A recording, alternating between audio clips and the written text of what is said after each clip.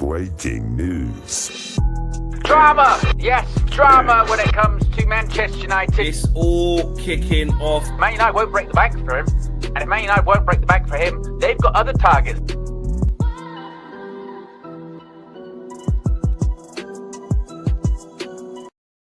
Yes, people, we had a big performance yesterday. Big performance, but we came up short. 0 points, another home loss. I get it. It depends how you want to look at it. But regardless of how you look at it, what it did show us is that we need to go big for the last 2 weeks of the summer transfer window. A midfielder is so badly needed, although Casemiro actually did all right. A goalkeeper, although our manager staunchly defended Altay Bayindir, which he has to because he's his player. No problem with that in public. But we need a new goalkeeper. These are not new things. We've shown our hand in terms of trying to put money down or looking to see what a deal looks like for Carlos Baleba, knowing it's going to be very, very expensive. So that shows me that there's going to be money to spend, of course, once we get these outgoings. But we can do something decent this season, and I mean decent this season, if we actually spend properly and go and get that goalkeeper ASAP and go and get that central midfielder. Listen, we've got to be careful with the targets. We obviously want Baleba in the long run, but get creative. This is what Omar Barada, Jason Wilcox, Christian Vivell, etc. This is what they're paid to do. This is what they're there to do. So for me, find a solution, not internally, find a solution externally, spend some money last 2 weeks, because actually there's positives to draw from. And we can go one step, even 2 steps further by being a little bit more committal and a little bit more inventive in this transfer window. That is what I want to see. Smash a like on the video, people. Subscribe to the channel if you are new. Loads to get through this morning. I've just touched on it there. Goalkeeper and central midfielder needed. Amorim fires back scathingly to the likes of Samuel Luckhurst and reporters after our really good performance, but ultimately first game of the season and everything else in between as well. Let's get involved, people. Use your members chats, use your perks if you have a member. Hungry Alpaca says, I've subscribed. Good on ya. 200. Oh shit, 202. And oh wow. Yeah. You lot know what it's like on the way back. I got back at about 12:30 a.m. last night. Loads of stuff to do with AFTV, then over to TalkSport to film that, then all the way back long. However, I didn't really see that level of progress. So 202k now, and basically 500. On our way to 203k, 250,000. It's the next horizon, Fleck. So yes, indeed, we've already got close to 1,000 people watching this morning. Already close to 150 likes. If you haven't already clicked the like button, let's go for 1k live. Because despite, you mentioned it, Flex, the results yesterday, the performance, I'm going to be honest with you, because we haven't really debriefed that much about actually the game. No, we haven't. I wrote on Twitter yesterday after the game, obviously, look, the result was disappointing. There was a lot, I would say a lot, like optimism in terms of we're definitely going to beat Arsenal going into the game tomorrow, but there was the optimism of, look, it's a fresh season. That 15th dross year is over and done with. We have made signings, some good signings. So I'm interested to see what we can put on today. And yes, the result is disappointing and we didn't deserve it. I know some of the Arsenal fans are going, well, I don't care. Look, you will care when that kind of performance does catch up on you. You know, someone equated it to the Man City versus Chelsea game at the beginning of last season, whereby, you know, Man City ended up winning, but afterwards you sort of went, actually, you know what? Chelsea went bad actually that day. Yeah. And then at the end of the season, you know, Chelsea qualified for the Champions League, and it is just one game and you can't take too much away from it. But that is the most optimistic myself. I can only speak for myself. That's the most optimistic I've felt about this Man United team for God knows how long.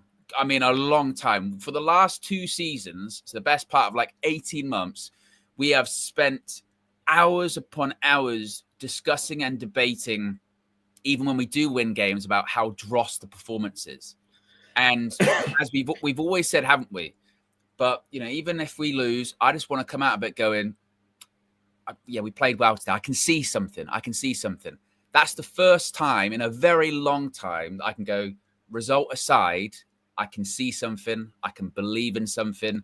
The 2 new signings, the Premier League proven signings in Brian Mbeumo and Mateus Cunha, ready for the Prem, ready to go, already look just far and beyond a massive difference to United. No one even mentioned the names Rashford and Garnacho yesterday because we didn't miss them. Like it wasn't like, you see, you've exiled. What usually happens is And listen, we've lost. So the same people who want to always look for an angle will just be ignorant and stop their conversation there. We got 0 points last time I checked. Another home defeat. Yeah.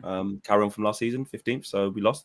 If you want to be that childish and not look at what happened yesterday, that's no problem. But you can't talk to people like that. What would normally happen from making such big decisions is that, tell you what, you're taking out one of our chief creators in Garnacho, you're giving that kid too much stick. You've sent Rashford to play with Lamine Yamal and all these guys, and look at us. Look at them bums that you bought. Can't do anything. Bullied. Didn't create anything. For what? For what? Look at this recruitment. Look at this manager. Look at this. Look at that. And that argument isn't there. And I think the problem I've got at the minute is it's one game. And if you start to look at any form of positives, it's like people are bashing you straight away to say, look how far the standards are. Look at, okay, you know what? I'm done. If you think that, and it's like we're scared to talk about the 90 minutes. That doesn't mean what we saw means we're going to go and smash Fulham. There's going to be a different conversation to have if we go to Fulham and we don't do what we're supposed to do and it looks different. Completely different conversations and honest conversations. But also there's a takeaway from yesterday to say, actually, if you do perform to that level against teams who aren't as good as Arsenal, a lot of teams. You're probably going to win more matches. You're probably going to win more matches. Definitely. There's a lot in between. A lot in between has to happen. You have to finish your chances. You can't make stupid mistakes from set pieces. You can't do stupid things. We know this, and obviously Ruben Amorim's still got so much work to do. We didn't win the game, but I just feel like there's a certain section of people that are like, you're not allowed to say that was positive yesterday because we still lost and the bar's on the floor, mate. And I don't, and it's just annoying. I think it also avoids a lot of context because when it's not a gotcha thing, so you say, oh, there were positives to take. Look how much the standards have fallen. You're happy that we lost the game at home, and you go, well, yeah, the standards have fallen because the standards have fallen. We finished 15th. That's well established. The standards have fallen. If the standards were what they were in the 1990s and the 2000s. We would have never finished 15th in the Premier League. Like, it's already been very well established that the standards are not what they were when we were winning Champions Leagues or winning trebles because we're nowhere near that. And that's well known. If anything, I look at yesterday and go, that performance from a team that finished 15th last season is much more than I expected. We've had those discussions about how do you go from finishing 15th to qualifying for European football next season? Can we even do that in a year? And I look at that performance, and like you said, Flex, I go, well, Mbeumo and Cunha playing together are only going to get better. They've only had a few games together, and they already look so dangerous, and they're so different from each other as well. You haven't signed the same player there. You're Brian Mbeumo's all energy, all action, keeps going, low center of gravity, trying to make things happen. Matheus Cunha can drift in and out of the game. But once he starts to get going, and you notice once he starts to get in his actual position, which is that left 10 spot, and he's not having to do false nine sometimes and kind of go in between and shift roles. When he's in that left 10, much better, can drive from deep, can make things happen. Is a bit more of a maverick than, say, Mbeumo. And Šeško, when he came on, was a bit quiet, but that will come. And just having that focal point again is better. And that's when you then look to go, well, actually, that section of the pitch, then that front three, that takes care of itself, actually. In a midfield, the ironic thing is Casemiro, he can still pass the ball. So we were better when Casemiro was on as compared to Ugarte's the downgrade. Yeah, exactly. Ugarte was definitely the downgrade. Bruno, it was a Bruno performance yesterday. Did some really good things. He done some not so good things. So you're going right midfield, obviously.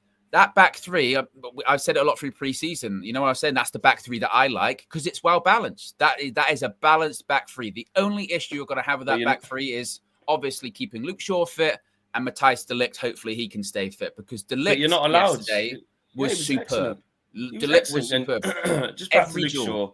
You're not allowed to say, this is what I mean. I said it so many times. When Luke Shaw is fit, he's shit. He's awful player. He's not an awful player. He's just not fit, which means he should move on, which means he's not reliable. But let's not convolute the two. Let's not mix the two statements. Like, he's a competent, very good defender when he is fit.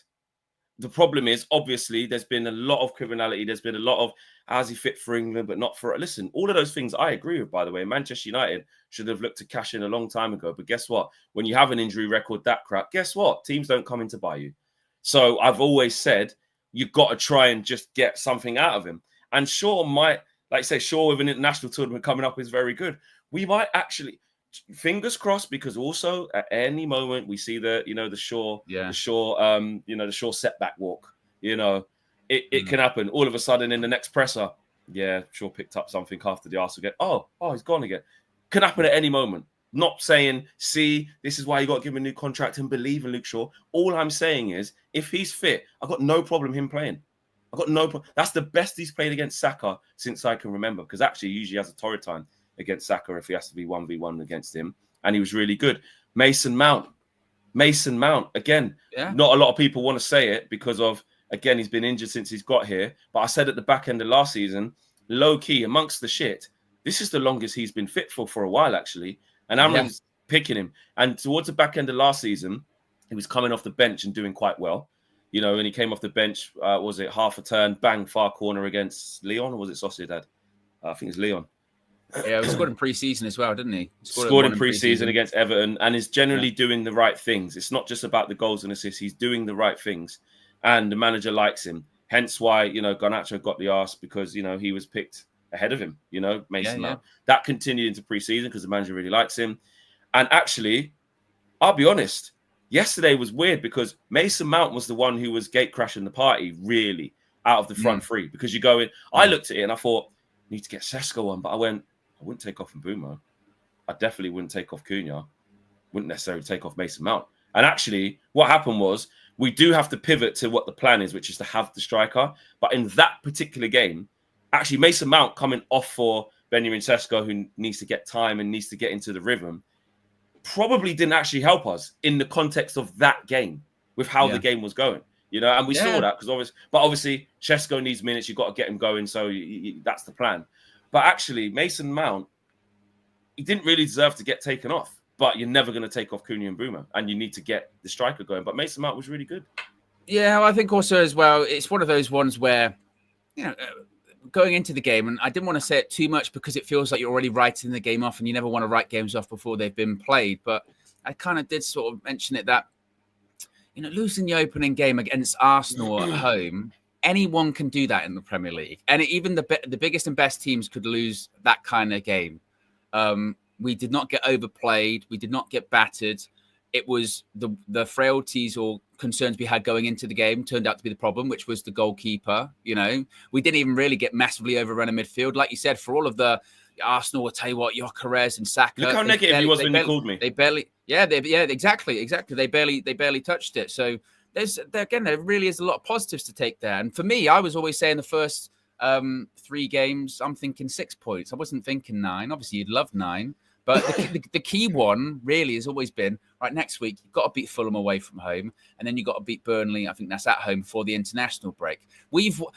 Compare it to last season, right? This is my best comparison. Last season, we played Fulham opening game at Old Trafford. We won that game. And I remember doing the full-time view at the time. And people calling in going, yeah, we won, but that performance kind of stunk. And I'm still concerned about moving forward this season. Fast forward 12 months and we're going, yeah, we lost that game. But you know what, actually? I think moving forward this season will be okay. That was my initial reaction. Is actually, because if we finish 50th, it's quite comforting to go, you know what, actually? Like you said, maybe get a goalkeeper in. And don't have to be Donnarumma. We saw Bizot for Aston Villa at the weekend. He's 34. They got him from the French league, like 5 million. He was fine enough. You just get a goalkeeper that's competent. It costs like 5 million, 10 million. And we are going to have money because obviously Garnacho's going. Sancho looks to be on his way out. Hoyland after yesterday definitely looks on his way out. So there's got to be money there to spend. Maybe it's not 60, 70 million and to go get this, all single dancing midfielder. Maybe it is a kind of goalkeeper and then maybe just someone that's can't we get Donnarumma on loan? Why don't you just try and go in and get him on loan? Something. But that team, that performance, and again, that system, people want to focus on systems or what have you. There's something in that. There is something in that. And I think there is room to be positive without being shot down of like, you do know we lost. Yes, I watched the game. I'm very aware of it. there's a lot, and everyone's got a lot to say. First game of the season, over 2K watching live. It's going to drive big opinion. That's before we even get into the transfer stuff. That this is what happens when the season kicks off, and everyone has a look at the team. Dwayne says Money Mace is a silent, intelligent baller. The progressive 1-2s with Bruno and giving Dorgu space to run at the same time was simple but smart. Big, I agree with that. Terence Pace says that goal wasn't a foul for sure. Bayern needed to be stronger, as Raya showed him at the Bruno free kick in the corner. Yeah, exactly. Cunha and Mbumo were just fantastic. Yes, they was. Just missing that final touch, which I'm sure will come. All Elite says you only get one more this summer. Central midfielder or goalkeeper. Glory United view. I mean, KG always has been saying how important the goalie is, and that it's like top drawer. It was a penny for his thoughts yesterday, because it's like the goalie was the actual reason we lost the game. And you know what the worst thing is? Apart from that mistake, he was actually really good, I thought. I thought his distribution was good. He was playing like balls down the middle, through through Arsenal into, say, Cunha, or I think it was in Boomer a couple of times. Distribution with both feet. He was going long at the right times into the right areas. He claimed a couple of easy catches. He actually didn't have anything. He didn't have anything, and he didn't have to make a save. He didn't have to save. Like I said, it's the difference of two keepers. It's obviously the mistake from Bayern, and it's David Raya at the other end making saves. I wouldn't even say, but David Raya saves were sensational. Like when you watch the header back from Mbumo, you go, you probably expect that. KG made a really good analysis of that. Actually, he said we're so used to that kind of goal going in. Like, for instance, if Mbumo played for Arsenal and he headed it against our keeper, that probably goes in. And we're like, there's nothing the keeper can do. But actually, when you chip back, you go, that's comfortable save. So, but it's the difference between two goalkeepers. You've got competent. The one from Cunha was a really good save. That's the top save. That's the top save. The little fingertip. Yeah. But that's the difference. It's the difference of two keepers that game. Yeah, and you know how much I've wanted a central midfielder as well. I'm definitely not getting hoodwinked into thinking that Cas Bruno thing. It's not, and the Kobe overlooked. We've got to talk about that as well. Yeah. Because that again shows where the thinking is of the manager in this moment in time. Toby says, couldn't even score one goal. Calm with this hype, please. Again, we'll look at the other side to it and talk about why we didn't score one goal, what the positives were versus what the negatives were, what the same old was. We talk about it properly, Toby. I'm not going to shut that down because there are things absolutely to work on. Jill says, I understand what you're saying, but let's be honest. How sure are you guys we get a new keeper? So it's going to be more of the same stupid individual errors. I'm not sure of anything because I don't know what they're going to do. All I can do is plead and beg that they do, and plead that they actually look at that. We'll talk about obviously Ruben's staunch defense of Bayern, but we also know Ruben has defended Rasmus Højlund before. Look where he is. You know what I mean? He's defended Garnacho all last year. Look where he is. So I don't take that as it means these are going to be the guys. But the info I have got is it is going to be difficult to get a keeper because Bayern is actually on some sizable wages. Of course, Onana is. And if Onana leaves now, that's going to be sort of a negative on the balance books because he's not going to be able to leave for enough. So it's really difficult at the minute, I think, with that space. And we've shot ourselves in the foot. JT, been a member for 3 months, says, we dodged a bullet not getting Gyökeres. Looks and runs like Wayne Rooney now. Listen, a lot of Gyökeres jokes running up the place. One thing I will say is that he left that pitch saying, it's true. It's not like Portugal here, is it? He's got a lot of work to do, and Arsenal have to learn how to play with him. But with how physical De Ligt was with him, I think he just laid out the blueprint. It's like Ruben said, I know him. Mateus, I know him. Victor doesn't like this, and this. Do this. And he did it. It was like, if anything, it was almost like Sunday League-esque in the sense of, like sometimes when you just say to a Sunday League central defender, you just go, just make it difficult for him. You know what I mean? Just be right at it. Don't let him settle. Don't let him turn. 50-50s, every duel, win it, throw some tackles in, even if it's a couple of times it's a foul when you're going up for headers. That makes a difference, De Ligt, he was brilliant yesterday. He got pushed on the floor by him once, actually. He tried to give him a shoulder barge, and Gyökeres said, no, thank you. But then after that, he gobbled him up. Yeah, and you see them clumsy touches in the box, man nearly fell over the ball. Like, he looked way off the pace. And that looked like that baptism of fire of like, it's Premier League. Yeah, all right, cool. Exactly. It did look like, but he'll get better. But I wouldn't say we dodged the bullet, but he didn't look great. Tab says, remember we beat Fulham and Wolves last 2 opening games and ended up having an awful season. We lost our first 2 in 22-23 and finished 3rd. I'm calm. Yeah, I hear that, Tabrez. I remember that. I remember when we sneaked wins in the last 2 seasons, like you say, against Wolves and And for last year, I mean, Fulham were all over us for ages, and then Bruno had a few chances, wasted it. Then Xerxes comes off the bench and scores. Season before that, Wolves should have won about 3-0. It was even worse. Onana punched the guy in the head, you know, and the ghost of Rafe the Phantom scored the header, didn't he? I think. He was shocking that We day. were shocking, but then it was like, you know, first game of the season, just win, you know. Get over the line. Tell you what, just get over the line. Get over the line. And flipping, look at the state of us as we went on. It was 8th and 15th, respectively. So Tabarez has got a point there. Whereas this time we go, tell you what, we lost, and it weren't Wolves and Fulham, it was Arsenal. We lost, but I saw a lot of positives. Play like that against the likes of Fulham and Wolves, etc., etc., you're going to probably win. Ed Murray says, Bayern got folded like laundry. Amorim is not blameless. Everyone in this chat knows Heaton should have played. How didn't the manager know it? Talk about that. And Maka says we are finishing top 4 if we build on from that performance. Made Arsenal look average. Never seen us so front flowing, but a lot of people are saying it's just because Arsenal were rubbish. Don't get twisted. They just were crap. Not anything to do with it. We made them look crap. We pressed them. We got the ball back. We outdone them tactically. Nothing. And just that their defense is so good. That's why they were able to keep a clean sheet as well. Bit of a mixture of like Saliba and Gabriel, just bodies on the line, making sure they do what they need to do. And we just didn't have the finishing touches. But there's no mention of that. It's just, you know, Arsenal were rubbish. D Witness says, after conceding that goal yesterday, the gloves are off for Amorim. PC was very telling. Press conference was very telling. I think he is tired of us being the nice guys. I'd expect some dark arts from us very soon. Yeah, he's very agitated. We're going to talk about that. Janet says, we beat Fulham 100%. 100%. Hope you're right. We tend to, but it's very difficult usually. Dwayne says, Sesko with the light knockdown in the Prem. Yeah, he had a little knockdown. Did he give it back to Cunha? I think. Yeah, it was difficult. I think it felt like at points really the players forgot that, like, you know, you can get the ball in the box now. He's in there. You know what I mean? It's like they're not used to it, but that'll come. Exactly. Aki says we switched goalkeepers last night. We win. As simple as that. Switch to who? Onana.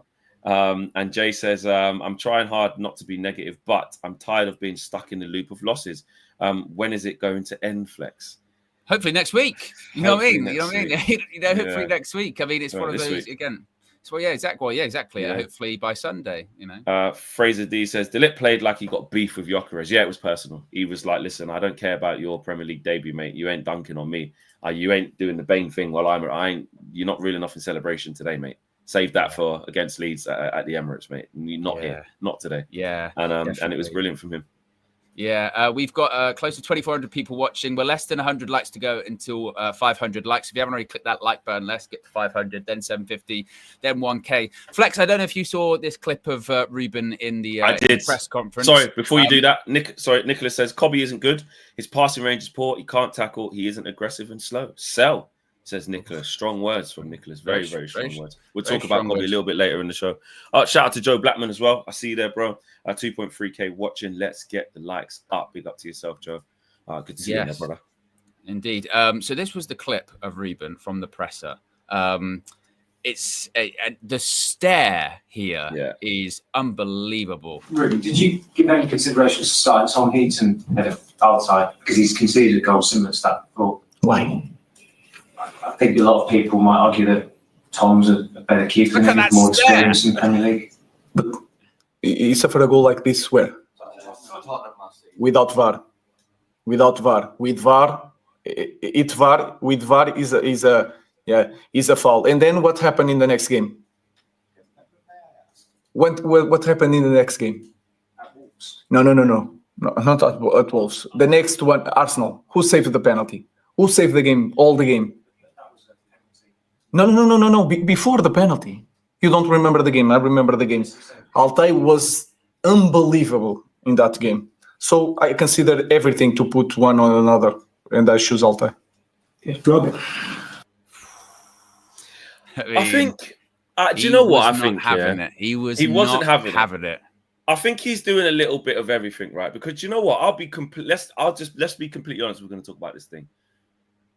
I'm saying start Tom Heaton. He wouldn't do that. Like the actual question that Luckhurst is saying of like, have you not considered it? Because like, mate, a lot of people. Well, Tom Heaton's basically. In fairness, but he's backing the guy. He is right. They also tried to twist it by saying you dropped Onana for today, and he's like, "Well, no, I didn't drop Onana. Onana's been injured all pre-season, which you know." Like they did try and frame it as, look, and ultimately, like I said, it's twisting the truth a little bit because it's obviously Ruben Amorim's choice of who he can play in goal.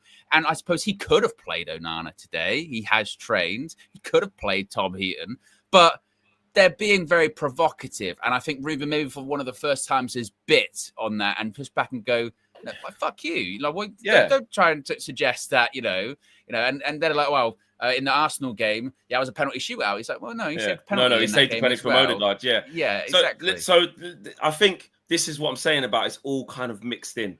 Just the thing on the goalkeepers, we're all saying Bayern is rubbish, get a new goalie. Like, and a lot of us are saying, I don't know if you were saying it. I'm like, mate, Tom Heaton wouldn't do that. Honestly, I'm saying just play him.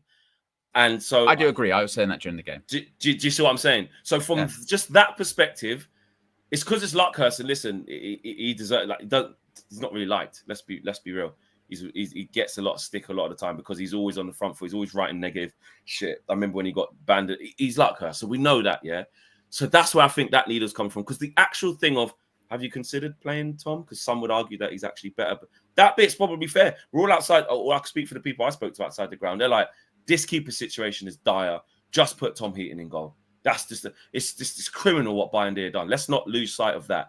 But 100%. Then they start mixing in the other things, and then obviously, rightly so, in the press, you've got to back your players and give them the facts. Give them the facts. The VAR thing with the Son, yeah, he's saying if there was VAR there, that would have been a foul. So that's the first thing. And in the next game, Bayern, we were saying after that game, we went Bayern, wow, tell you what, unbelievable. You know, Havertz has dived for a pen, shouldn't even have been a pen. Then Odegaard's missed it. Bayern, wow, you kept us in the game. You're the one who even got it to a penalty shootout. And then you saved Havertz penalty in the shootout. So he's right. He was unbelievable in that game. So he's trying to use that. He's trying to back his player. But when they're saying you dropped Andre Onana, you did that, it was extremely concerning to think Onana was just going to walk in and start having had no preseason. Like, I was like, shit. Don't know about that. He wasn't dropped. He never started. He hasn't started a game since the can't be season. dropped. Like, it's not even been a thing. So I get that, and I watching that. I put this on Twitter as well yesterday. That stare that he puts out when Lucas is talking, it's this one.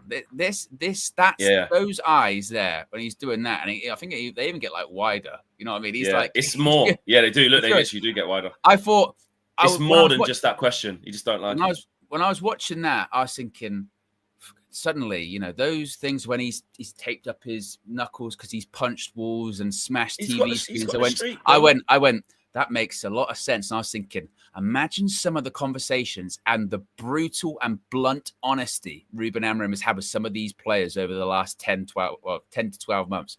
Because he's probably been vicious. That's in front of the media for the world to see. That's still probably somewhat reserved. So I can only imagine what he has said to the likes of Garnacho, Rashford, some of those players in that team that still haven't moved on or whatever, where he's just like, you're shit. Or like, do you see that face there that he's making there, Ruben Amorim? That one again? Yeah. That's the look when he was talking to Garnacho. That's going to be a meme. That's going to be a meme for ages. When it's literally that, you better pray you find a club. It's with those eyes, isn't it? You know what I mean? It's with those eyes of like, you better pray you find a club. So I looked at that, went, holy shit, like this guy, he's at it. And you want to talk about VAR decisions, and I can't even believe it didn't even really get a look in during the game. This one on Mateus. Yeah, I started watching it back. When I watched it back, I saw the screens where I was, and I was so quick, and I was so annoyed that we weren't scoring. I was like, I don't know, it looks a bit messy, but he doesn't get any of the ball, does he? He doesn't get any of the ball, and just kind of goes into Cunha. Cunha's kind of, because it just looks quite messy, but you're sliding in, you're not getting any of the ball, and you've kind of brought the player down. You're right. They're very, very fortunate there. That looks like a pen to me. It looks like a pen to me. I just but to the Amorim thing, I think it is good that he's showing a little bit of needle. It's good that he's showing, and it wasn't head loss. It wasn't like, he's lost and he lost the game, so he's lost his head. So he's not in control of himself. It's it's to defend the honor, isn't it? It's to defend the badge, you know what I mean? To defend what's going on and defend his player in outside Bayern, which you're going to have to, because if we don't get a goalkeeper and Bayern has got to go again at Fulham and Onana's still not the one or whatever, you know, you got to back your players publicly, and he always does. Like I said, he did it to Rasmus. He's done it to bloody Rashford at times. He's done it to Garnacho. He's done it to loads of players. I don't mean that they're going to stay here. So, yeah, very, very interesting. A few more super chats here. Copy. Oh, yeah, that was a crazy thing is. Fraser Lee says the crazy thing is Onana can concede the same way. Yes, he absolutely can. If Pratt Hurst was a TV, oh my god, I can't imagine. LOL. Yeah. And Ant says, lack games for Bayern Deer. De Gea was bad to start. Oh, what, so you think he'll get better if you keep playing Bayern Deer, growing confidence? I think it was also just because I know Ruben's saying, well, it was a foul on him and VAR would rule it out. I do think the frustration comes with there will 1,000,000% be goals disallowed this season for less on a goalkeeper. Yeah. And this is the annoying thing sometimes with the beginning of football seasons is referees over the summer. It's like this whole thing about, the 8 seconds and then we're going to give a corner thing. That won't be a thing in like a couple of months' time. They'll suddenly, keepers will be taking 10, 15 seconds again. Because at the beginning of every season, there's always some kind of thing that they're trying to drive home. We're going to change this. And then next thing you know. It was the yellow cards before, and it wasn't. Yeah, yellow cards. Or before it was the handball, we've decided now every time it touches your hand, it's a penalty. Then they give loads of penalties and they go, maybe a bit too much. Like there's always something at the beginning. And like you said, that will be ruled out. And that is the frustration. But he has to do better there, Bayern. You have to be stronger. And that is when the Heaton thing comes into it of going, yeah, Tom Heaton at 39 should be playing in goal for Man United in the Prem against Arsenal, but he's played in England enough, in the top flight enough that physicality he probably doesn't get phased by. That wouldn't be too much on him. But man was at Burnley, bro, for ages, hundreds of games. That wouldn't bother him. That wouldn't bother him. No. Glenn C says the best bit was Simon Stone's face at the end. I didn't see that. Was he like, oh, bloody hell, I didn't think Ruben would do that. I haven't seen that. Nesca says, big up, guys. I'm a bit late, so sorry if I repeat anyone's points. I'm pissed we didn't take at least a point. Yeah, we all pretty much echo that. Nasco, to be fair, bro. I don't care about fouls or possible pens. We should have converted our chances. At least one out of two of them, as you said. I mean, in terms of the chance conversion, what was the one that we had where you really should score? Acuna's kind of through where he does really well, gets a bit of a ricochet, but then he's through. He just can't get the purchase on the shot, kind of shoots straight at Raya. The left foot one, he can't do much more than that, just a good save. Darren Bumo, header. That's the best he can do from that. And then I think we had some half chances whereby the final pass wasn't there or the final decision wasn't there, the final cross wasn't there. And we sort of allowed Arsenal to sort of get back and defend and do what they do best. SK says, I don't agree with Asna. Have been doing on goalies, but we got to deal with it. But we got goals in the squad, and Amorim can do the business. From what I've seen, kept Gyökeres, Saka, Rice, Martinelli, and Odegaard quiet. Yes, we did that. We definitely did do that. So Ryan says Amorim does everything but coach coherent football and win. What's his win percentage again? There you go. So it's another loss. It's still rolling on from 15th, according to Sir Ryan. Nasco says we need to convert performances into points. Also, we'll see if the progress is real. In the Fulham game, we had good games versus big teams last season too. That's true. Yeah, that's true. That is very true. 100% agree with that. And Inkubitsia says, do you guys hear Amorim admit that he talked a lot last season and this time he's keeping a bit to himself? He's learned a lot. Let this man cook. I haven't seen him say that. I didn't know when he said that. Last one says, Ellen says it was a foul on Bayern Deer. He didn't have a bad game. Stop being an echo chamber and back our team and fans. Be a Ruben, not a bot. 21 is imminent. This is we sort of spoke about this yesterday, KG and myself. We were sort of going. This is when the team came out, and we were sort of saying that we do have to be careful with that. Of like, don't be an echo chamber or a bot or anything like that. People are entitled to have their opinions. We can't go too far with it. You know what I mean? Some people will say it's not a foul. I don't think that's a foul, and he should do better. There's nothing wrong with that, or there's nothing wrong with being like I said. Look, I still need Ruben to get wins. He's not getting enough wins for me, because that is objectively true as well. 100%. It's just the other part of it. If you want to look at the stats, we can get these up as well. Looking at the game yesterday, you look at pretty much every metric you can think of. Expected goals, if you believe in all that, we should have at least got a goal at minimum, right?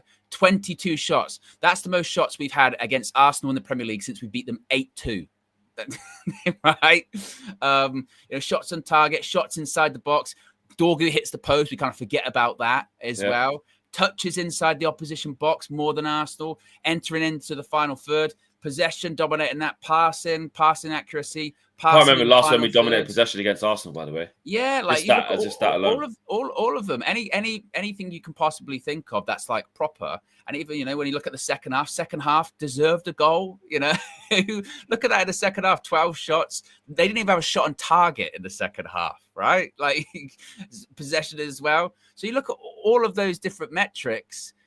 United were objectively unlucky in terms of the eye test, in terms of the stats, if that's your thing. So there are absolutely positives to take from that. Previously we would have got results and we would show up those stats and gone, I tell you what though, look at the shots faced or something like that, right? Shots faced. How many shots have we faced? We faced 9 yesterday. And Erik ten Hag, we're doing like 20 plus a game.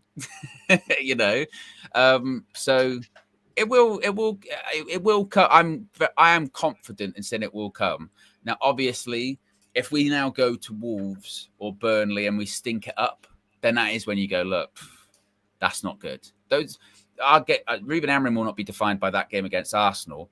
If he doesn't get a result against Fulham or Burnley, that's when he'll be under massive pressure. And I do want to ask you, Flex, because when I was talking to fans after the game, or members were calling into the match view, there was a lot about this Cobby stuff, over the fact that he didn't even get on yesterday against Arsenal, and that's big, because those people, if you're a believer in, I don't see where Cobby fits into this, you would have. I'm one of them. Yes, that's the case study, isn't it? Yesterday, going. You overlooked. Couldn't get on. I'm this is proper stereotypical. I'm worried for him, Jeff. Yeah, I'll be honest. Yeah, I know. Because remember, you was like, he's signing a new deal. All of this, he'll sign a new deal, and I'm like, mate, if he doesn't, and I think I gave you a hypothesis of like, here's what I think will happen this season. He won't sign a new deal now because, like you said, that bit's he's got time. It's fine, but I think he goes through this season, probably stays more healthy than he has done. But just don't get that much games. And there's one game a week. Where the game's going to come from? And Cunha and Bruno, let's just have it right. They're locked in the 10s. That's where they play. You're on mute. You're on mute. Technology. And they're locked in. And they should be. And they should be, right? Even Bruno now, we've got to have another conversation of what the evolution of the team looks like now. You've got progressive ball carriers in the 10. That's what you want from your 10s. And then you look at the role of Bruno Fernandes in central midfield, which me and Bradley was going back and forth about, but I agreed with a lot of what he said. And a lot of what I've said this season of Bruno Fernandes is going to become the scapegoat because our managers decided to put him one back into midfield, and it's probably not going to work. It's probably not going to work. And the partner. We could have had 100 million. We could have had 100 million. So I'm not gonna, you know what I'm saying? I'm not gonna be mad at that. So that's a separate conversation. We'll do the Bruno one in a minute. But as for Cobby, I'll tell you this now. The manager doesn't fancy him, guys. It's time to have this conversation. The manager doesn't fancy him. And I think the problem you've got if the manager doesn't fancy him is that the manager has to be proved right. Because we know Cobby's got bags of talent, bags of ability. Further forward, or as a manager, you've got to find a way to get him in this team.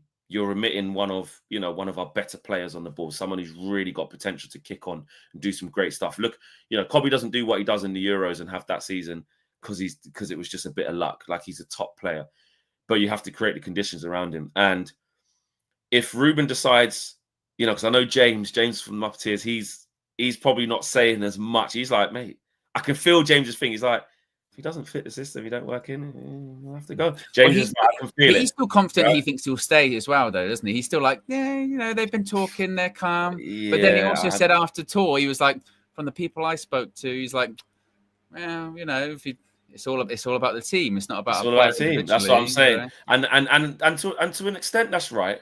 Obviously, we want our young kid from the academy to have the story and be the guy.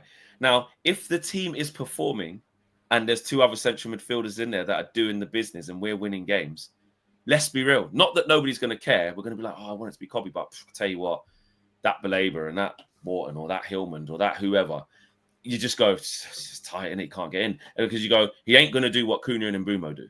So that he can't do that too. So the manager's upgraded in the 210s. So you can't blame him for that. He's upgraded so much that he's gone, Bruno, you can't even do what I want there. You can go further one back. But that, I think, will lead to him going, I would like to be here, but I don't fit this system. The manager doesn't fancy me. I think him not getting on a plane to the World Cup, which if he hasn't played enough games, how is he going to get on it? Thomas Tuchel was there yesterday, and he didn't see him get on the pitch. He didn't see him get on the pitch. So I think that is heading. I think he'll obviously get chances and he'll have good games, but I think the default setting of the big games, Arsenal at home, you got a chance to impact the game. By the way, because you started with Casemiro, you've gone with Ugarte, and he's stunk the place out. John James says, "What the F is wrong with you, Flex? You're starting a rumor with no basis. What the F? I'm not starting a rumor. I'm giving you my opinion. Yeah, I don't like John James. I don't know if you've just listened to anything I've said. I have not. Starting a rumor would be. I'll give you an example of starting a rumor. Tell you what I've heard. Yeah, exactly. I've heard the managers don't fancy him, doesn't want to play him. Yeah, and I tell you what, he's not going to sign a new deal. That's what I've heard. I'm not giving you a rumor, bro. I'm telling you my opinion. That's my. If you disagree with my opinion, then say I disagree with that, Flex. I think he's going to be absolutely fine, and he's going to be our starting number 10 or starting number 6. No problem. But I don't know. You seem like you're just angry because you don't like very, very. And this is someone who wants to see Kobbie Mainoo play. But the only way he's going to play in the system is in them 2 6s, and the manager doesn't seem to like him. So on the manager's head be it, because I think Kobbie could be good enough with the right partner to play in there. Do you know what I'm saying? I think, well, look, it's one of those ones where I was talking to the members after the game as well, saying that, that they were saying actually the sub to make, actually considering the game and how defensively minded Arsenal were, instead of putting Ugarte on, it would have been to put Kobbie on. Kobbie scored late goals for us, hasn't he? He scored those goals against Lyon late on or against Wolves late on. He's scored those sort of clutch moment goals where you need something a little bit different. And maybe Ruben will learn his lesson from that and go, you know what, actually, I played that a bit negative. There. I should have put him on just because Arsenal, they were proper against it. They were only going to hit us on the counter. They weren't interested in playing by that point, not for the majority of the game anyway. So he could have put Kobbie on there. Hopefully he does that in the future. Maybe just because it was Arsenal, that's why he did it. He thought they're attacking players, they're maybe just a bit too much. But I think if anyone has concerns for Kobbie coming out of the game tomorrow, they'll be justified. Arsenal at home is one of the biggest games of the season, and Kobbie couldn't get a single minute. Now, there is a lot of football to be played this season. Yeah, he might start against Fulham. I'd be very surprised if he doesn't start against Grimsby in the Carabao Cup at this rate. And I suppose we'll see where it goes from there. I think the concern for him is that it's a World Cup year, and in general, we do forget though that Kobbie's still a young guy. This is why I'm still confident he'll stay and he'll sign a new contract, because he's still young. We've done this thing over the last several years where if someone comes through the academy and they show that much potential, they're heralded as the next Messiah, and they're going to solve all of Manchester United's woes, and they're going to carry us to Premier League and Champions League glory. And then inevitably, when they drop off, we then start to completely question their character ability too much and say, they're rubbish, they're mid, we should get rid of them. And we never find the right in between. I think Kobbie, if he had a normal trajectory at Manchester United, we'd still be in that situation where we're going, you need to manage him, it doesn't need to be central to the team, he can come in and out, that kind of. It's the opposite now. So he might, because he's been given so much so soon, and deservedly so, because he has been really, really good, but it's given so much so soon that now when he doesn't play, we start having these conversations where we go, I tell you what, he's not playing. Well, should he be moving on? Should he be going? Whereas he's probably in the position that he should be in for, how old is he again? I mean, we forget. 19. He's 20. He's just turned 20, right? Turned 20 this year. For a 20-year-old at Manchester United to be coming in and out of the team is completely normal. Not all the time superstar. Normal. There's this 19, 20-year-old who plays all the game. Because listen, Lenny Yoro is becoming that level of dependable of like he's 19, 20 and he's playing all the games. Not everyone follows that. Exactly. Dorgu's 20. You forget Dorgu's 20 as well. Yeah, exactly. And Dorgu's looking, I tell you what, a left wing back yesterday. Really continued on that form from pre-season. The only thing you would say with Dorgu is, I said this to KG in the game, he reminds me of maybe a bit more of a refined Wan-Bissaka in terms of technical ability. Sometimes he's got the ball at his feet and it looks like he's not sure what his legs are going to do. And he's like, you know what I mean? There's so much endeavor from him and he's like, his legs are... But he's strong, he's powerful, quick, yeah. Took the shot, never tires out, gets to like 80 minutes and been going up and down all game. He didn't look phased. He's so that's really good. encouraging. Yeah, and again, this is the other part of it that I mentioned before we get to the super chat was a lot of these people we're talking about that have played well. They played really well and they look really good. Credit where it's due, and you can say brown envelopes. They're all Ineos signings. So we're going Dorgu. This is the same Patrick Dorgu that they went after in January and was getting criticised. Oh, he's not good enough. He's this, that, the other. We're going, actually, I tell you what, good signing that. Brian Mbeumo, Mateus Cunha yesterday. The Ineos signings. Lenny Yoro. He's brilliant. He's the future of our team defensively. It's an Ineos signing. Matthijs de Ligt. I tell you, he's a warrior. Future captain material. It's an Ineos signing. So credit where it's due. They've made a lot of mistakes, Ineos, but some of their recruitment certainly that hasn't been a mistake. Some of their player recruitment, and we saw that yesterday, does deserve to be praised because for the large majority of it, maybe not Agate. I'll give you that one show. They're not batting 100. You're not going to get them all right. They're not batting 100s, but you know they're in the high 90s. You would say, which in terms of transfer signings, we've gone from 0 to batting high 90s. I mean, look at Liverpool. They just when you win it, I just come to my head. They bought Donnarumma Núñez for big money. Had him for 2 years. That didn't work. Get rid. Like you're not going to get a hit, But I think I agree with everything you just said there about the signings. Glenn C says on the feed they showed him get up to leave, and Simon pulled a face to the camera that was like a teenager that had been told off by a parent. I'll have to see that. He probably just made a silly face because like, oh bloody hell, we just got told off by Ruben. Dwayne says one thing we do have to admit is Arsenal has the best defense in the league and one of the best in the world. 22 shots, 7 on target against them is crazy. And yeah, when I've done the TalkSport show afterwards, that's going to be out later on today if you guys want to see it. Me and Crookie were talking, and he said, he'll be stunned if by the end of the season, Arsenal don't have the best defensive record in the league. They're very, very good defensively, which is true. And he was using that as one to say, basically what you're saying, Dwayne, is like, actually, look, how many shots we had, etc., etc. But you also use it to say, that's how they got out of there with the clean sheet. They just I know there's a couple of fouls in there, maybe a pen in there as well, Cunha, but Gabriel and Saliba, they find a way most times to just be so good defensively and not make many big mistakes that lead to goals or chances that you've got to be clinical against Arsenal. And, to have 22 and 7 on target and not score, that is where you do have to have the criticism of how did we not? 22 of them shots, a lot of them wide or, P rollers at the keeper or blocked or, out for a corner. So on one hand, it's good to have 22 shots. It means you're probing, you're doing the right things. I'd much rather be doing that than what we were doing before, which is where we're getting opened up, can't score, doesn't even look like we're going to score, not even creating anything to this. But at the same time, obviously, again, the conversation moves on, but there's a very small sample size, one game. If the conversation keeps on after 5 to 10 games, it's like, we're getting all these shots, but we don't score. We've lost. We've drawn. We've got 5 points in 6 games. That's not going to be a good stat to have either, and that's going to need addressing. So we've got to find a middle point, and the middle point mostly is you've got to get points on the board. Genesis says, despite the loss for the first time in ages, I actually enjoyed watching us. Yeah, a lot of people said that. Cunha and Mbeumo are a breath of fresh air. That's exactly the term I used. Every time they got the ball, I felt we're in good hands. Like Calafiori didn't want to see Mbeumo. The way Cunha just accelerated past Declan Rice a couple of times. And I give Declan Rice a lot of props. He's a very physical player, quite quick across the ground as well. Not against Cunha. There was one in the box where he got that left foot shot off. He just powered between 2 players where can't bring him down and just gets his shot off. He's just so powerful. And Mbeumo, same thing. The touches, how he keeps the ball, shields it. You know what I mean? Backside out. You know what I mean? We're not used to it. Like I said, I mentioned this during the match. It's funny because I'm so used as just like an instinctive reaction. And I know I've mentioned Garnacho and Rashford by name, but because they're the wingers that are leaving. But I'm so used to a lot of those players in recent years when they do pick up the ball, you know what they're going to do. And at the end of it, it's like, well, Garnacho, he's probably going to miss. Rashford, blind alleys or whatever.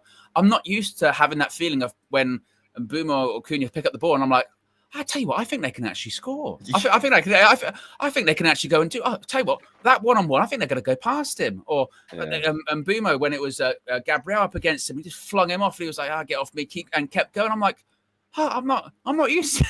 I'm not used to it. And for the other defenders, you know? they're not used to it too. So for the likes of Gabriel and Saliba, who ended up defending quite well, they were still engaged the whole game. They were like, it's different playing against these lot now. So now I'm like, when I go to the Emirates, I'm like, yeah, you can watch out for them.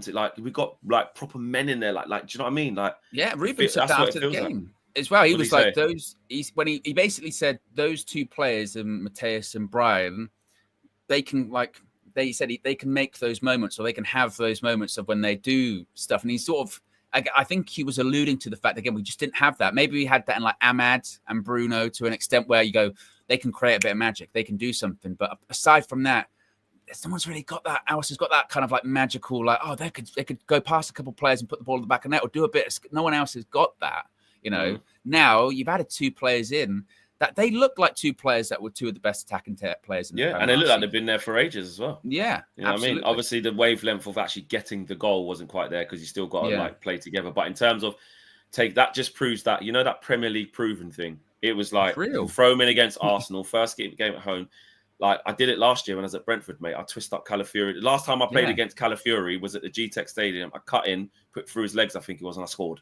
Like, it's nothing to me. Cunha, last time I played against these, I don't know, might have lost, but, you know, I gave these man nightmares. Do you know what I mean? So, Delit and Mount, also great. I think they were excellent. We spoke about that, Genesis. D. Witness says, the truth is, if we let Arsenal continue to get away with things like that, then it's shame on us. At this point, it's not even football. Listen, it's the dark arts. It's the dark arts, and they won the game in it. So, you know, it's frustrating.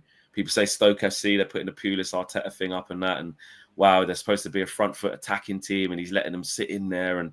But his thing, you know what Arteta's like after the game, he's like, you know, you come to away games like this, and before I got here, 22 out of how many games we didn't even won here, and he's giving it all that. And if true champions win games like this, and listen, if you have one game like this and you go on to smash Leeds, and it's true, you look back and you just go, it's the first game of the season. That's where Robbie, although I didn't really want to show him that in the video because I was a bit annoyed, he's right. It's like, we didn't play well, but our defense was good. You gave us a goal, not my problem. Just don't concede. We get out with the 3 points, mate. Yeah, we got rained on a little bit, but we take that. We get out. Yeah, that's what Liverpool got praised for on Friday, right? They didn't play great, but they ended up winning. And I think Arsenal, for a long time, they were criticised for not being able to do that. I think it's really interesting how they've gone so far in the opposite direction. You know, Arsenal were that's where it's a bit of a worry under Arsene Wenger, where it was like, you know, they played attractive football, score goals, but then the argument would be, but would they win in all that much?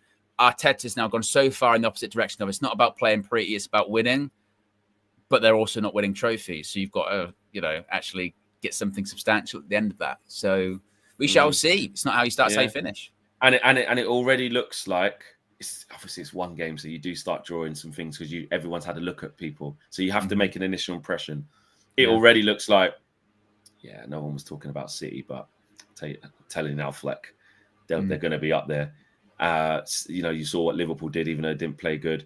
Arsenal, if you play like that, you're probably not going to be able to compete for this league. No, that's not sustainable. That's not sustainable. Well. Yeah, you got to play well. But their pushback would be, that's fine. It's game week 1, mate. It's another 37 to go. So, we shall see. It was a foul on Bindier, but he should have done better. Two things can be true.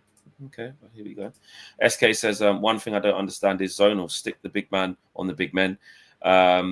Stick big men on big men when they do this sort of stuff. Yeah, I mean, there is a lot of work that says, like, statistically though, the zonal thing is better and all this. But I'm old school, me. I do just like the accountability of he's my guy, that's your guy. Couple if of guys he gets a free header, it's your fault. You got the two guys on the post. You clear it if it goes front post. You clear if it goes back post. And if someone goes on the keeper, right, you get it. It's your guy. Push him away from me. That's your job. I do prefer that rather than waiting for ball to cross zone. So you go, not in my zone, nothing to do with me, kind of thing. But listen, it's new age football. I mean, there wasn't a lot of zonal back in the day, was it? It was always man to man. No, not at all. I used to be, I never have someone on the front post because I like to see stuff, but always someone on the back post and man to man. Yeah. So that's what it used to be. Yeah, you're old school, you. Bemby says, listen to Carrick about Mainoo on Rio podcast. Kobe is still young, and I think next season he will be the Bruno successor. Well, with Bruno having to play back in this position, it looks like that for sure. Because Bruno, we'll talk. Super Arch says that if Bruno, actually look at the time. If Bruno wasn't captain, where does he really fit in this team? I think he is forced into the team because of the armband. And these are conversations we have to have. Dwayne says, in my opinion, I think Kobe is Bruno's competitor. And SK says, Kobe's future here depends if he signs first. Cunha and Brian needs alternatives. I'm happy with having Bruno and Kobe as options. Mason Mount is short term anyway. And Uncle, big up to you, Uncle, been in for 16 months. He says, it's a rumor when you say the manager doesn't seem to like him after one game. How do you know? Calm down. He made it to the Euros after a few games. Okay, Uncle, no problem. Well, I mean, it's not like Ruben hasn't selected Kobe. Like, I don't think you're basing that off just that game. I mean, Ruben has managed more games than just yesterday at Man United, right? Yeah. We don't like to, but we do remember last season. Like that was it happened. It did happen quite a lot, but again, we'll erase it from our memories because it didn't happen. Whatever, guys. I'm pushing rumors.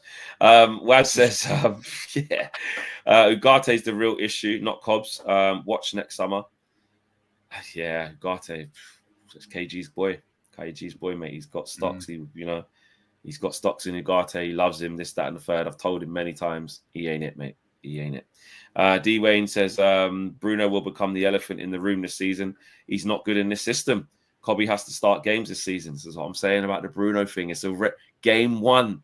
I said it's going to be about Bruno. Did I not? I said he's gonna be the scapegoat because Amorim's the and it's not even all necessarily all wrong. It's not all wrong because you are playing him in his weakest position now because you've upgraded in that position and.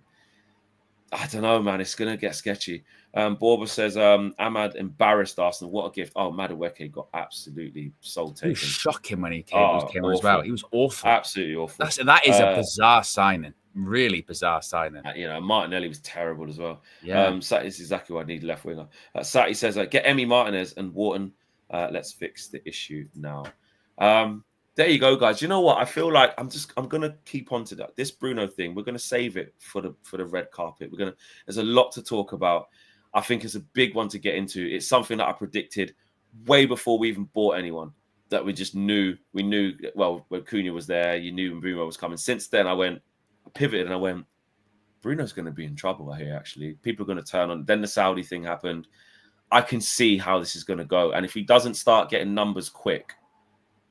It's going to be peak. It's going to be because also the partners that we have for him, they ain't it. They ain't it alongside him because he plays in a certain way as well, which isn't conducive to how you want to control games. Which me and Bradley had a massive flashpoint of being probably UV Raw. Not in the fan cut. That's something different because that was about Amorim. Bradley's not having him. Called him, Amorim Greyjoy. He's got no balls. Bradley hates him. He just wants him out. And he was saying that he said that improvement was nothing to do with him. He said Jason Wilcox and Vivell, they buy the players. Ruben's got no say in that. So the only reason was better is because we just have better players. Nothing to do with Ruben. So yeah, exactly. Look, KG is on Sky Sports News as well. Look at that. Love that. Do you know what's funny? My dad literally just messaged me that. It's just come up on my watch. Yeah. Yeah, there you go. Probably on the fan zone because the fan zone is the new part of where everyone's that's all Dan Lawler on there from West Ham Fan TV as well. So love to see it. Yeah. Right, guys, smash the like on the video. We're back for red carpet later on. Loads to talk about. Got to get in with it. As the first game is the opinion has begun. So there you go. Daredevil says, will Ruben last half of the league? Too many excuses. Not having it. Well, no more after the next two games. I think we'll know more. Next two games, we'll know very much more. Yeah, exactly. There you go. Right, smash the like on the video, guys. We are out of here. Take care. Peace.